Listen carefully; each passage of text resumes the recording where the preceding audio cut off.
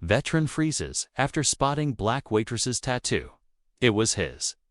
Fallen Unit's mark. Before we dive in, this story, hit the comments and tell us your city or country. Let's see how far this story reaches. If you like the video, please subscribe. The older man barely spoke, a war veteran, known more for his silence than his stories. But one morning at a quiet diner, he looked up and froze. The young black waitress passing by had a tattoo on her forearm. A symbol few would recognize, but he did.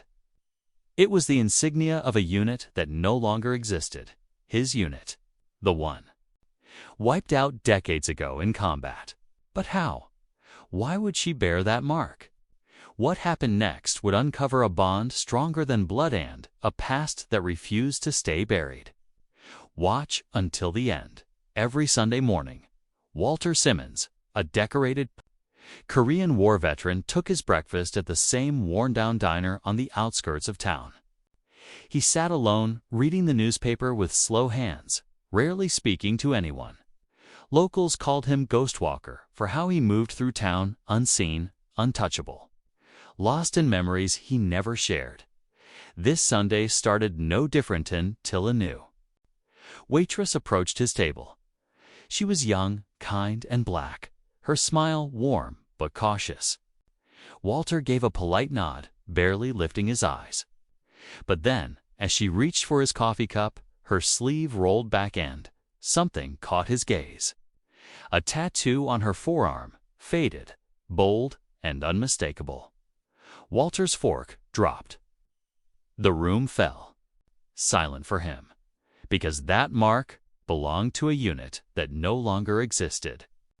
A unit whose last surviving member was him. And suddenly, breakfast would never be the same. Walter's heart pounded as he stared at the tattoo. An eagle over crossed rifles wrapped in fire. It wasn't something you found in a catalog.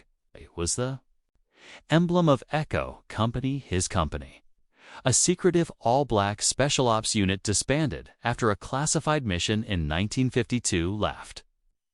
Nearly everyone dead. He hadn't seen that symbol in over 70 years. The waitress noticed his stare. "You okay, sir?" she asked, her voice gentle. Walter couldn't find words. He pointed at her arm. Her expression changed. Her guard went up. "It's my grandfather's," she said slowly. "He passed before I was born." "What was his name?" Walter asked, voice barely above a whisper. "Private Elijah Brooks." Walter nearly fell from his chair. Elijah had been his closest friend. They'd fought side by side until the ambush. Walter had watched him disappear in flames, presumed dead. But Elijah had lived and had a family. Walter's hands trembled. All these years, he thought he was alone. Survivor's guilt had eaten him alive. He never went to reunions, never told the stories. But here, across from him, stood the living proof that his brother-in-arms hadn't just survived, he'd left a legacy, and racism had buried it. The government had erased Echo Company's name from the records. No medals, no honors. Just silence. But now, a waitress's tattoo threatened to bring it all roaring back into the light. Walter stood, voice cracking, as he asked to see the tattoo once more. The waitress hesitated, then slowly rolled up her sleeve. He touched it gently, as if afraid it might disappear. Tears welled in his eyes. "I thought he was gone. I thought I was the last." The diner fell quiet as Walter, the man no one ever saw cry, saluted her not as a waitress, but as a daughter of a soldier, of a hero erased by history. "I owe your grandfather my life," he whispered, "and I owe you the truth." For the first time in decades, Walter sat down not to eat, but to talk, and people listened, because some stories refused to die, and some scars demand to be remembered. Walter returned every Sunday, not for food, but to tell the story of Echo Company. Word spread. Veterans came. Reporters showed up.